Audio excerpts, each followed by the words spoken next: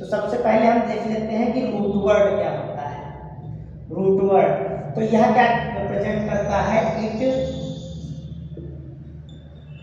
Represents number of carbon atoms present in parent chain. Parent chain में जो number of carbon atoms present होते हैं उसको root word कहते हैं। जैसे कि देखो यहाँ पे नाम याद कर लेना है 10 तक कार्बन के। तो अगर पैरेंट चेन में कार्बन की संख्या 1 है तो उसके लिए हम यूज करते हैं मेथ। अगर कार्बन की संख्या 2 है तो उसके लिए यूज करते हैं एथ। अगर कार्बन एटम की संख्या 3 है तो उसके लिए यूज करते हैं प्रॉप। अगर कार्बन की संख्या 4 है तो यूज करते हैं ब्यू। अगर कार्बन एटम की संख्या 5 है तो उसके लिए हम लिखते हैं पेंट। अगर कार्बन एटम की संख्या 6 है तो उसके लिए लिखते हैं हेक्स। अगर कार्बन एटम की संख्या 7 है तो उसके लिए लिखते हैं हेप। अगर कार्बन की संख्या पैरेंट चेन में 8 है तो उसके लिए लिखते हैं ऑक। अगर कार्बन की संख्या 9 है पैरेंट चेन में तो उसके लिए लिखते हैं नॉन। कार्बन एटम की संख्या अगर 10 है चेन में तो उसको हम लिखते हैं डेक। अगर कार्बन एटम की संख्या 11 है तो उसको लिखते हैं अनडेक। और कार्बन के एटम की संख्या अगर 12 है तो उसको लिखते हैं टूडेक। ये होता है रूट वर्ड लिखने का तरीका। तो हमें 10 तक तो याद होना चाहिए। अगर कार्बन की संख्या 1 है तो मेथ, 2 है तो एथ, प्रॉप, ब्यू, पेंट, हेक्स, हेप, ऑक, नॉन, डेक। तो 10 तक तो याद होना चाहिए, इसी से आईपीएससी कर लेंगे। तो ये हो गया हमारा रूट वर्ड। अब रूट वर्ड और सफिक्स सीख जाओगे तो तुम नॉर्मल आईपीएससी नॉमेनक्लेचर सीख जाओगे लिखना। सफिक्स फर्स्ट में क्या आता है, ये तो रूट वर्ड हो गया। तो रूट वर्ड हो गया। अब देखते हैं सफिक्स टू फर्स्ट क्या होता है। तो जो सफिक्स फर्स्ट होते हैं,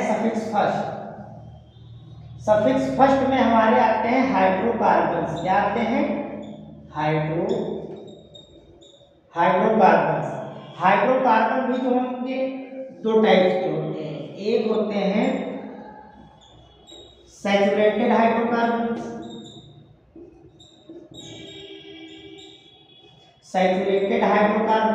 और दूसरे होते हैं अनसैचुरेटेड हाइड्रोकार्बन्स।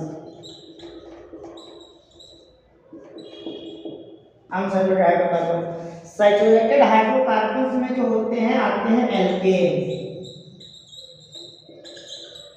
एल्केन्स आते हैं। एल्केन में क्या होता है, जनरल फार्मूला इसका होता है CnH2n+2। अब एल्केन्स में जो होंगे, इसमें जो सफिक्स फर्स्ट देख रहे हैं तो सफिक्स फर्स्ट जो लिखते हैं वो यहाँ से आता है, ये लिया जाता है एन लिखते हैं। क्या लिखते हैं, एन। कब लिखेंगे, जब हम देखते हैं कार्बन और कार्बन के बीच सिंगल बॉन्ड लगा हो।